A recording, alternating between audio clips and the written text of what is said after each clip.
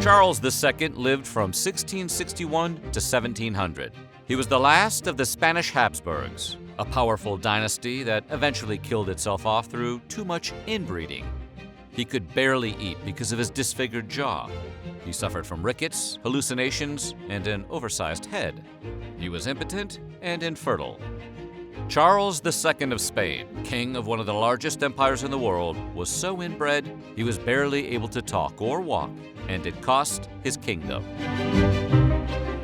Today, we're going to take a look at how the health problems of Charles II of Spain destroyed his dynasty and plunged Europe into war. But before we get started, be sure to subscribe to the Weird History channel and let us know in the comments below what other royal stories you would like to hear about. Okay, so let's head back to old España. In the 16th and 17th centuries, Spain was ruled by kings of the House of Habsburg. At various times, the monarchy held power over a vast empire that included territory in the Low Countries, Belgium, and Luxembourg, as well as territories in what today would be Germany, Italy, France, and even North Africa. Under the Habsburgs, Spain would be the dominant military and political power in Europe for 200 years, and would experience something of a golden age with respect to literature and the arts, producing writers like Miguel de Cervantes and painters like El Greco.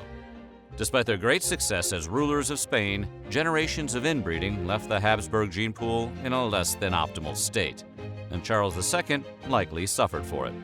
How bad was it? Well, a description of Charles's family tree sounds more like a family stump. Two of Charles's great-grandfathers married their own nieces, while another married his first cousin. Because his parents were closely related, Charles was also his own mother's first cousin and his father's great-nephew. I'll let you mull on that for a second. Okay. His grandmother was also his aunt. In fact, Charles's entire family tree traced back to a single couple, Philip and Joanna of Castile, who lived in the 16th century. The incestuous DNA meant that Charles likely suffered from two genetic disorders, both pretty serious. The first was combined pituitary hormone deficiency. Caused by a mutation in the gene necessary to produce hormones in the pituitary gland, it was responsible for Charles's short stature, infertility, and impotence. It also may have caused him to have weak muscles and a few digestive problems. The second disorder was distal renal tubular acidosis. Caused by a gene mutation, this condition makes it difficult for the kidneys to get rid of acid through the urine. That would have led to bloody urine, weak muscles, and a large head relative to the size of the body. Given that he was the king, painters of the era made every effort to depict Charles II as a healthy, strong man, hiding the truth of the ruler's physical conditions. Though you would never know it from their work, Charles suffered from epileptic seizures that grew increasingly worse as he got older. He was also constantly plagued by diseases, including measles, rubella, a plethora of dental and bronchial infections, frequent diarrhea, and vomiting. He also had the famous Habsburg jaw. This jutting jaw made it nearly impossible for Charles to chew his own food. According to a British envoy, Alexander Stanhope, Charles II swallowed all he ate whole. Because his lower jaw stood out so much, his two rows of teeth couldn't meet. Despite the bad dental work, Charles was apparently a catch. He married twice, first at the age of 18 and then again at 29. However, he was unable to have children either time. One of his wives even complained that Charles was impotent, which makes sense for someone with these conditions.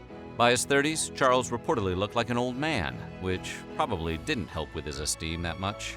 In 1698, French ambassador Marques wrote to Louis XIV reporting that Charles had swollen feet, legs, abdomen, face, and sometimes even his tongue, so that he cannot speak, and he was so weak that he could not be out of bed for more than 1 or 2 hours.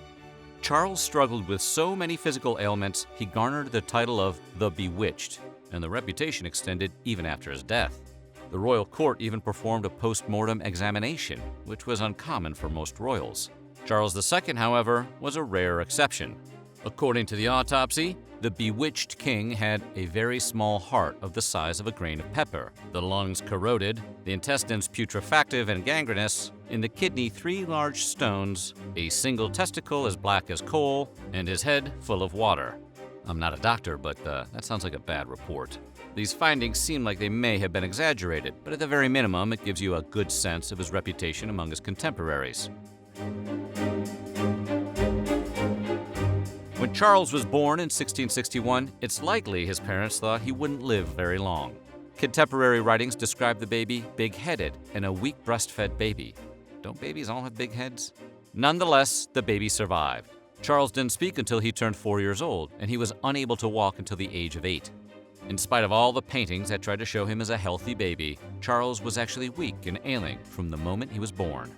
According to Jacques Sanguin, an envoy for King Louis XIV sent to confirm the baby's sex, amid rumors that he was not a male heir, Charles seemed extremely weak.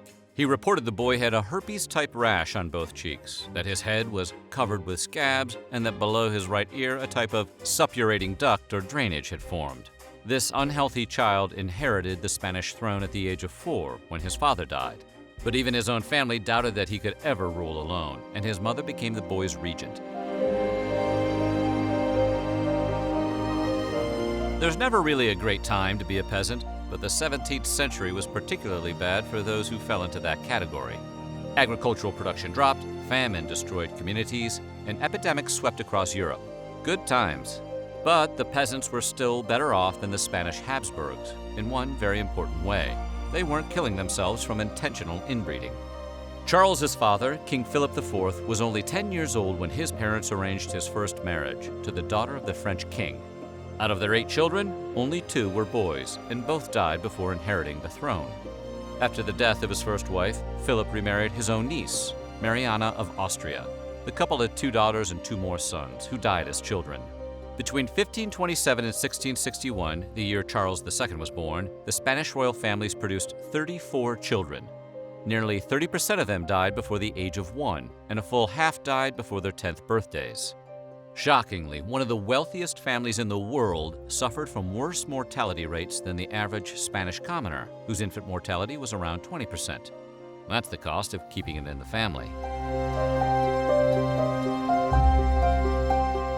Inbreeding was common practice for Europe's royalty, although when they did it, it was referred to as royal intermarriage. Sounds classy and corporate. And for 2 centuries, the Spanish Habsburgs married within their family to maintain their royal heritage. In fact, the vast majority of their marriages during the 16th and 17th centuries were between blood relatives. The Habsburgs justified their inbreeding by claiming the practice strengthened lines of succession and helped secure political alliances. During an era when royal blood was considered substantially different from common blood, rulers wanted to marry other rulers. The simple fact was, though, sometimes there weren't many options outside of one's own cousins. Ironically, the practice of intermarriage, meant to ensure the purity of the bloodline, ultimately brought a host of genetic ailments and deformities that destroyed the monarchy. That's some poor planning. Charles inherited a massive empire that dated back to the 16th century, when his ancestor, Charles V, had ruled over Germany, Austria, the Netherlands, Spain, and an enormous amount of territory in the New World. His vast holdings were described as the empire on which the sun never sets, a title later appropriated by the British Empire. Wealth poured into Spain through its major port city, Seville. Don Quixote author Miguel de Cervantes described the city at the time as just the place to find adventure, for in every street and on every street corner there were more adventures than in any other place. Spain's transatlantic fleet appeared twice a year carrying gold and silver along with exotic luxury goods like cocoa, pineapples, and chili peppers. But in the end, it didn't matter. All of the Spanish Empire's wealth couldn't prevent the end of the Habsburg monarchy. In the 17th century, Spain found itself facing a long, steep decline. While millions of pounds of silver flooded the country between 1580 and 1630, the massive amounts the Spanish Empire brought into the European market caused extreme inflation for the Spanish currency. The monarchy took on enormous amounts of debt while funding a multitude of war efforts in both Europe and the Americas. So things were looking bad, but it was poor leadership from the Habsburgs that ultimately made these problems insurmountable. The king was simply incapable of ruling his empire, and it would never again reach the heights of the 16th century. For anybody paying attention, it was pretty clear that Charles was not going to live very long. And as it happened, he had no children of his own. So, in 1700, Charles issued his last will and testament. In the document, Charles chose Philip, Duke of Anjou, as his successor. Philip was the grandson of Charles's sister, who had married Louis XIV of France. You would think this sort of foresight and planning would assure a smooth succession, but it didn't. Charles's death led to years of war. Charles was the last of the Spanish Habsburgs, and because of Spain's rich empire, a number of other European powers wanted to seize the throne. In fact, before Charles was even dead, the English, Dutch, and French were already debating how to carve up his empire. The conflict, which would be known as the War of the Spanish Succession, dragged on from 1701 until 1713.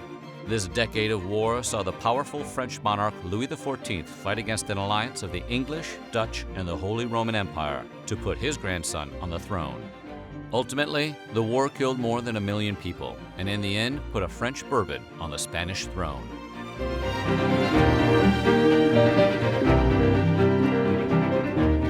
So what do you think? Is this the most messed up royal family tree? Let us know in the comments below, and while you're at it, check out some of these other videos from our weird history.